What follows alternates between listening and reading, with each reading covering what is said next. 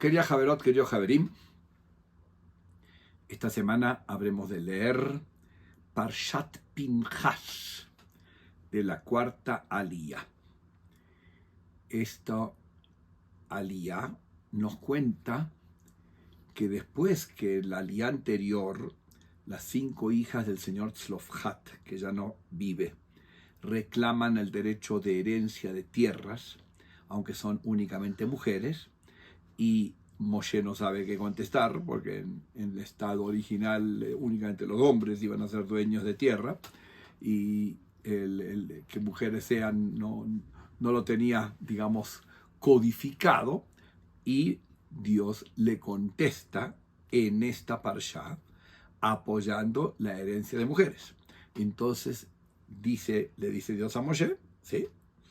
Las hijas de Tzlofhat están hablando lo correcto. Tienes que darle una porción de tierra junto con la porción de los tíos, es decir, de los hermanos del papá, es decir, del abuelo que le tocaba y que era su papá, pero ya no vivía, estaban los tíos. Entonces ellas 5 iban a heredar una de esas porciones de tierra. Estamos hablando de planes, porque no estábamos todavía en Israel.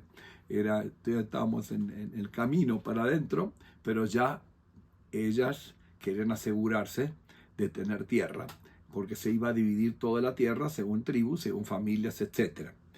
Y aprovecha la Torá para establecer las leyes de herencia, especialmente en el tema de tierras. Ahora, el tema de tierras, herencia, es un tema delicado, porque teníamos una organización tribal, es decir, las tribus vivían en sus territorios.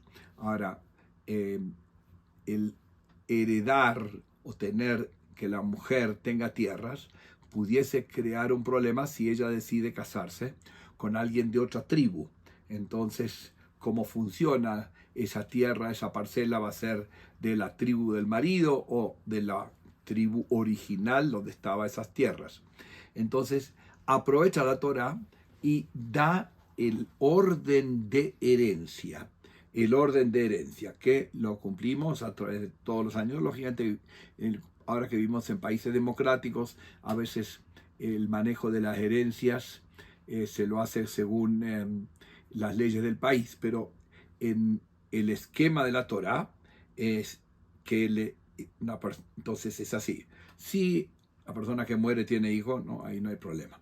Se dividen entre los hijos, etc. El primogénito tiene doble, pero ahí no pasa nada, la hija no hereda.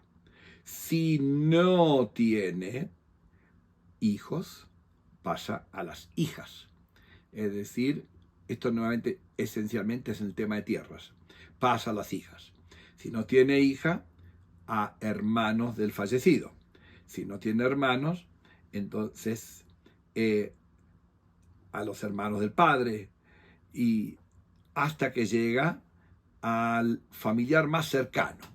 ¿Sí? Hay un orden que van describiendo en el tema de herencia.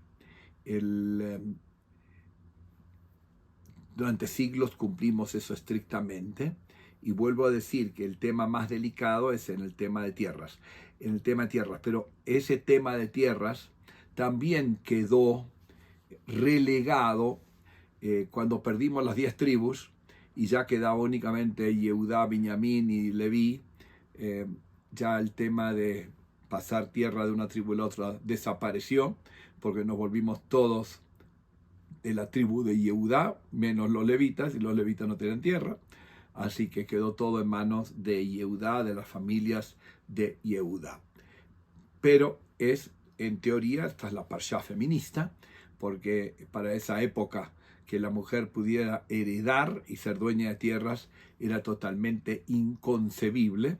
Y es una de las pruebas que la Torá no toma una actitud machista, sino que bastante egalitaria.